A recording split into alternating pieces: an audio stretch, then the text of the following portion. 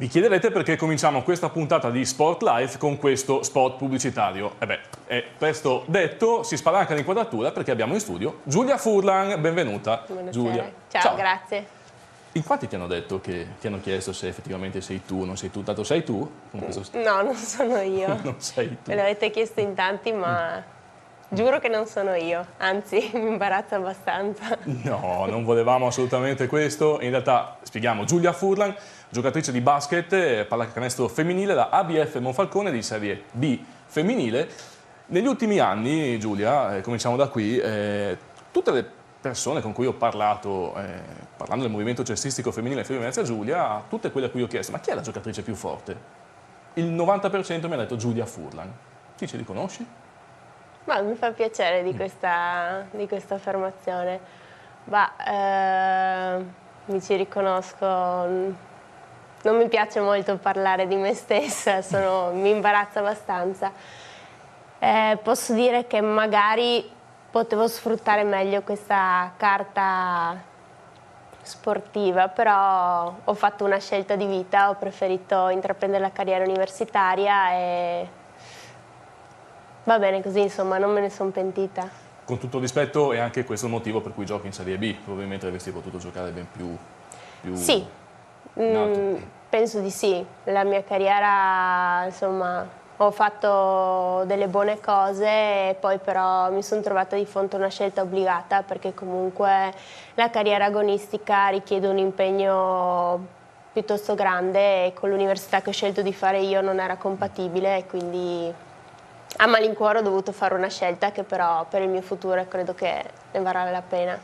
Per tutti quei pochi che ancora non ti conoscono, magari qualcuno che non bazzica l'ambiente del basket non ti conosce, ci puoi spiegare che tipo di carriera hai avuto? Che poi andiamo con le domande un pochettino più sì. ficcanti. Bene, la mia carriera cestistica è iniziata ancora quando esisteva la Fincantieri a Monfalcone e poi ho fatto una parte di giovanili a Fogliano per poi approdare alla ginnastica triestina quando ancora ero in A2. Lì ho fatto 3 anni con le finali nazionali che sicuramente mi hanno permesso di farmi conoscere anche in giro per l'Italia e poi con la convocazione agli europei del 2007, mi pare 2007 sì, in Bulgaria ho avuto la possibilità poi di approdare alla Reyer Venezia, dove diciamo è stato l'apice della mia carriera che poi insomma è finita lì, nel senso che poi l'anno dopo mi sono iscritta a medicina e quindi la mia carriera cestistica è stata diciamo un po' messa da parte. In questa trasmissione cerchiamo soprattutto di scoprire il lato umano più che quello sportivo degli atleti e mi piace molto scandagliare questa tua scelta, proprio hai lasciato stare lo sport, dedicato proprio la gran parte del tuo tempo allo studio e alla medicina. Quanto hai guadagnato, quanto hai perso da questa scelta? Credo che di aver guadagnato tutto, tanto. Perso niente, ho perso la possibilità di sfruttare, di divertirmi diciamo con la pallacanestro perché comunque per me non è mai stato assolutamente un lavoro, ma è stato puro divertimento e passione. Guadagnato o perso non saprei veramente, bilancio direi che è in pari. Quando qualche anno fa, sei ancora una bambina in realtà, ma in realtà era poco più che adolescente, sì. Giocavi a basket, magari non ti ponevi neanche l'obiettivo di una carriera nel campo della medicina piuttosto che di... Sì. Ah sì?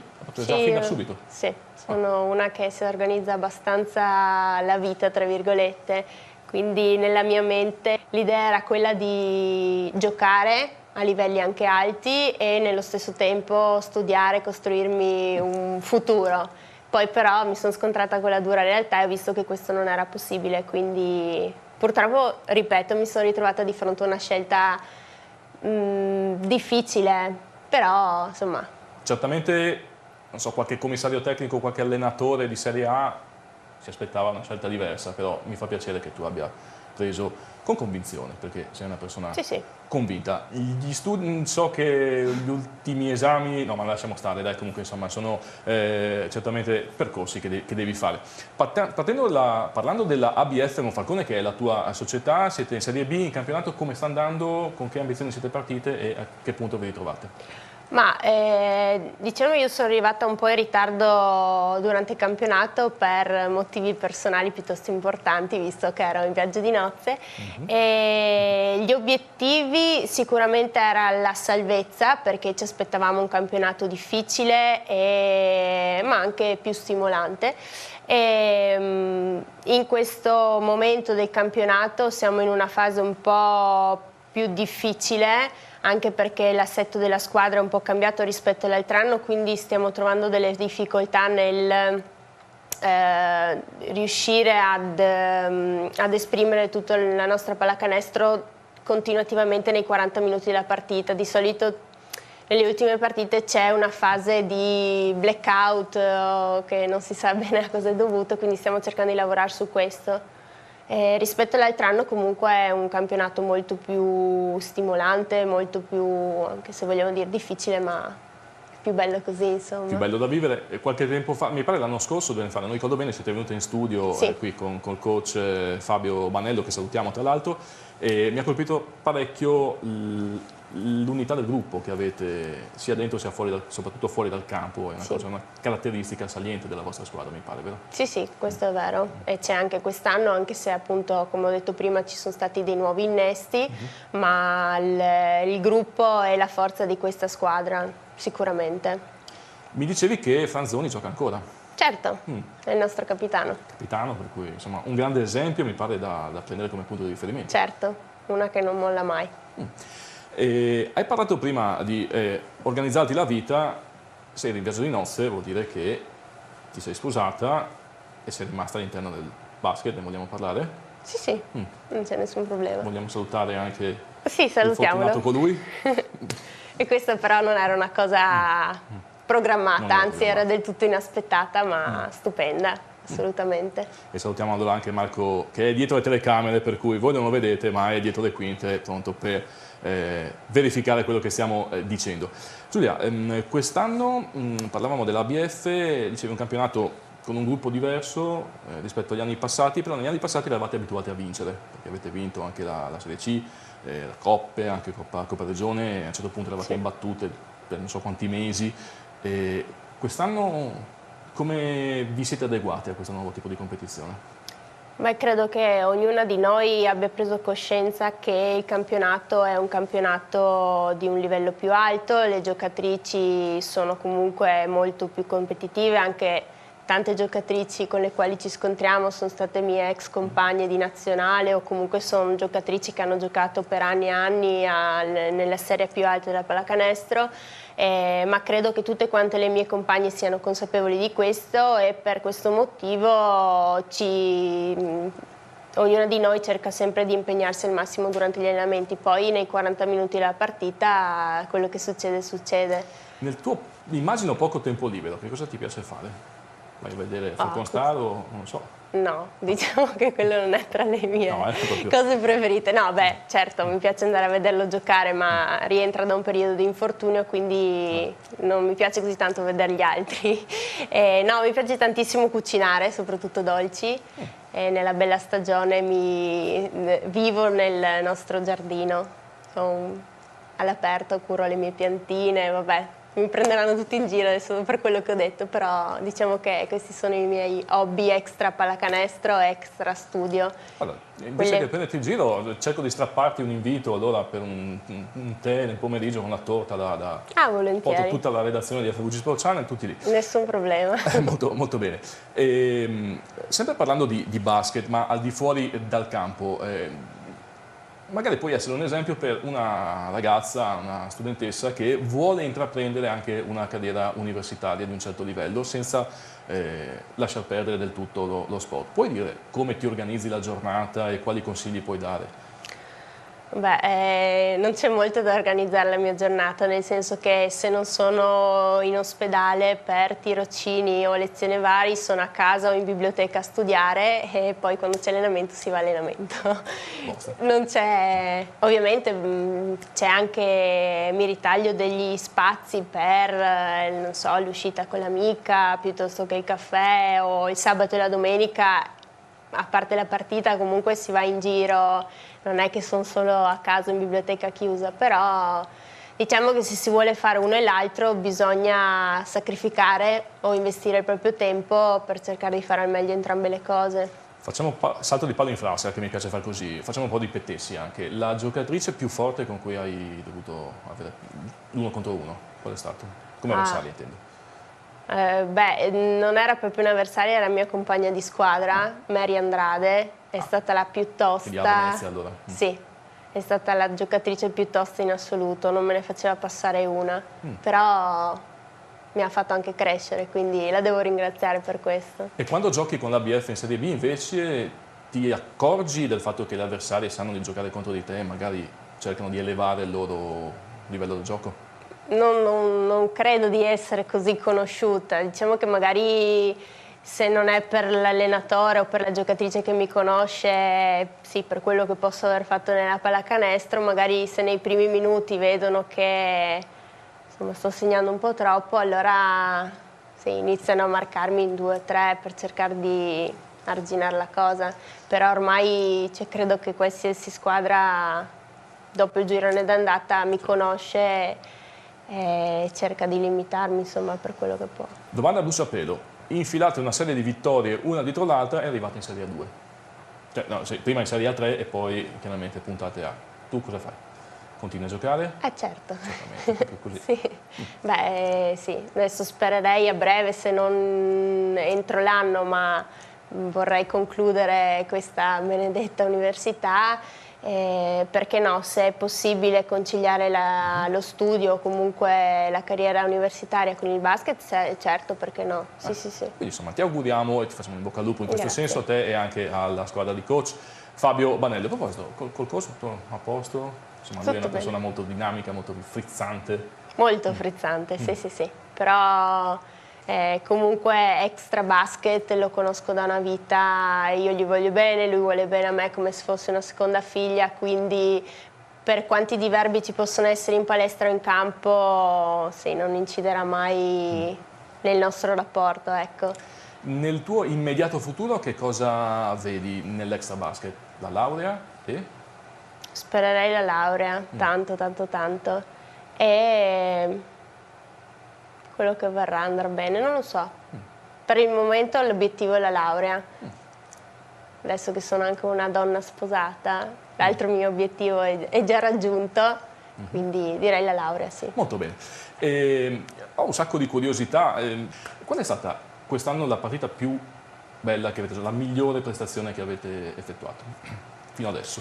Anche se poi il risultato non è stato positivo, direi contro Bolzano. Basket Club Bolzano 2 o 3 settimane fa, abbiamo giocato con grinta, non abbiamo mollato fino alla fine, dopo purtroppo l'esito non è stato positivo come si sperava, però ho visto negli occhi delle mie compagne la voglia di vincere, la voglia di lottare fino alla fine anche contro sì, la squadra favorita del campionato. Forse è stato proprio questo a spronarci tutte quante, però direi sì che quella è la partita che ricordo meglio e poi ovviamente tutte le partite vinte sono stupende. Una cosa che invidio proprio a Monfalcone è la passione per il basket, perché è proprio sviscerale, le partite della Falcon Star sempre pieno, il palazzetto, la polifunzionale, una cosa meravigliosa. Il pubblico della BF invece com'è? Beh, non è numeroso quanto quello della Falcon Star, ma sicuramente, come si dice, si fa sentire, ecco. Abbiamo sempre i nostri fedeli tifosi, che siano parenti o amici, che ci seguono veramente fino anche a Bolzano, sono venuti con i pulmini e, insomma, a me piace il nostro pubblico, insomma, sì, sì, sì, sì. Mentre a livello universitario l'esame che ti è piaciuto di più dare, la materia che ti è piaciuta di più, anche per capire quale può essere la tua inclinazione poi nella professione di medico? Beh, forse l'esame che più mi ha entusiasmato è stato oftalmologia, anche in gergo comune, sì, appunto, oculistica. Però non credo che sarà poi quello che farò nel futuro, però è stato quello più... In realtà sono tutti interessanti perché veramente qualsiasi parte del nostro corpo, boh, a me che piace, magari per ad altri non piace così tanto, è entusiasmante capire come funziona tutto il nostro corpo umano, che è veramente una macchina stupenda. Ma diciamo quello che ho studiato più volentieri è stato quello perché... Oftalmologia. Ti capita mai quando sei in campo, magari una tua compagna, un avversario si fa male, arrivi tu, dici dai subito un consulto? No, assolutamente no. Stacchi completamente le due personalità? Non è una questione di staccare, ma dare un giudizio su una cosa così che ti rendi conto nel corso degli studi che è difficile, però devi avere delle conoscenze veramente grandi per poter aiutare una persona che sta male, quindi se posso evitare cerco di, non dico di leguarmi, però di evitare un mio pensiero, anche perché non sono dottoressa assolutamente, sto studiando per diventarlo e quando lo sarò magari potrò dare un giudizio, per adesso non me la sento, ecco. Nello spogliatoio dell'ABF la più simpatica e quella che trascina il gruppo chi è? Ah beh, ci sono vari elementi, diciamo che quella con la battuta sempre pronta è Suster, Martina Sustersic, poi però c'è veramente una squadra di pagliacce, ogni giorno ogni allenamento ha la sua protagonista, quindi non saprei identificarne una sola. Bene, la prossima trasmissione la faremo con coach Fabio Banello perché voglio sentire anche la campana del tecnico riguardo a questo argomento. Come avete festeggiato la promozione in Serie B? Allora, beh, finita la partita siamo andati a fare la solita pizza tutti in compagnia e poi si è fatta una festa così a casa del coach che ha gentilmente, gentilmente messo a disposizione la piscina a tutta quanta la squadra e boh, non dico i tifosi ma almeno i parenti più stretti sì, e abbiamo ben festeggiato insomma. Meraviglioso anche l'ambiente. Siamo quasi in chiusura, Giulia, parliamo anche della prossima partita? Contro chi giocate? Giochiamo contro Montebelluna, un avversario ostico, abbiamo vinto all'andata dopo una partita combattuta fino all'ultimo, quindi sabato sarà una bella battaglia insomma in campo. Un messaggio da dare al Montebelluna? Spezzeremo le reni al Montebelluna? No, assolutamente, spero sia una bella partita giocata correttamente da entrambe le parti e dopo che vinca il migliore, insomma. Se adesso chiaramente più di qualcuno farà gli scongiuri, ma se anche la Falconstar dovesse vincere il campionato e salire in DNC, come peraltro tutti ci auguriamo, avete già pensato a qualcosa? Così ci organizziamo anche noi e cerchiamo di seguire i festeggiamenti? No, assolutamente no, anche perché...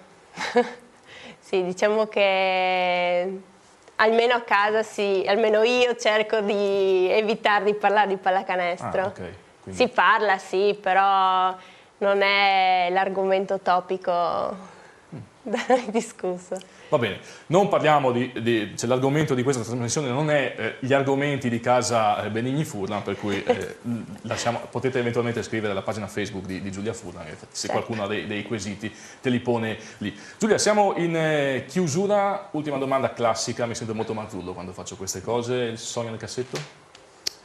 Diventare una brava pediatra, però... Ah, vedi che... Pediatra. Dicono che i sogni non bisogna dirli, quindi è uno dei sogni, ma non il più grande. Ok, facciamo così. Ti invitiamo in trasmissione quando, oltre che in altre volte, soprattutto quando il tuo sogno riuscirà a realizzarsi, quel sogno grande di cui non ci hai detto nulla adesso. Grazie a Giulia Furlan, grazie anche a Marco Benigni che ti ha accompagnato, grazie a voi per averci seguito, in bocca al lupo per Montebelluna, per il campionato e per tutto. Grazie mille. E un saluto ai tifosi dell'ABF Monfalcone e a tutti i nostri telespettatori.